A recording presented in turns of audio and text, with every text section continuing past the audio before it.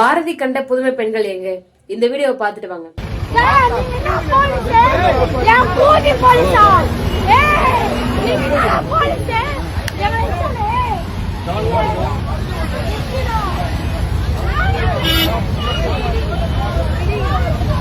பாரதி கண்ட புதுமை பெண்கள்லாம் பெண்கள் எப்படிலாம் இருக்கணும், எப்படிலாம் இருந்தாங்க அப்படின்றத பத்தி பெருமையா பேசியிருந்தாரு பாரதியார். அதனாலதான் அந்த வாக்கியத்தை இன்னைக்கு வரைக்கும் நம்ம எக்ஸாம்பிளா சொல்லிட்டு இருக்கோம்.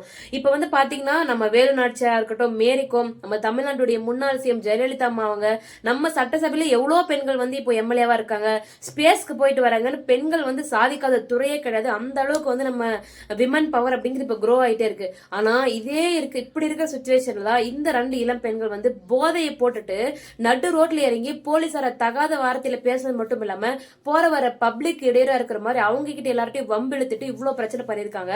சட்டம் அப்படிங்கிறது ஈக்குவாலிட்டியா இருக்கணும். ஆண் பெண் அப்படின்றது தவறான விஷயம் பண்றாங்க அப்படின்னா சட்டம் அப்படிங்கிறது கண்டிப்பா சமமா இருக்கணும்ன்றது என்னுடைய கருத்தை நான் சொல்றேன். ஏன்னா இதே ஒரு பையன் பண்ணியிருந்தானா இந்நேருக்கு எவ்வளவு பெரிய பிரச்சனை நடந்திருக்கும். லாஸ்ட் வீக் தான் நம்ம பார்த்தோம் எவ்வளவு பெரிய பிரச்சனை ஆச்சு. ஒரு பையன் ஒரு போராட்டம் பண்ணிட்டு இருக்கும்போது நடுவுல வண்டியில போனான்னு சொல்லிட்டு. ஆனா இந்த மாதிரி விஷயங்கள்ல நம்ம எல்லாருக்குமே சட்டம் அப்படிங்கிறது ஈக்குவாலிட்டி காமிக்கணும்னு தோணுது. ஏன்னா இப்ப நாடு கம்ப்ளீட்லி மாறி போயிட்டு இருக்கு.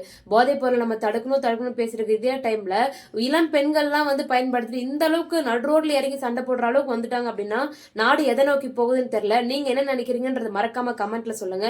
மேலும் இது மாதிரி உண்மை சம்பவங்களுக்கு Deepti explorer subscribe and follow பண்ணுங்க. தேங்க்யூ.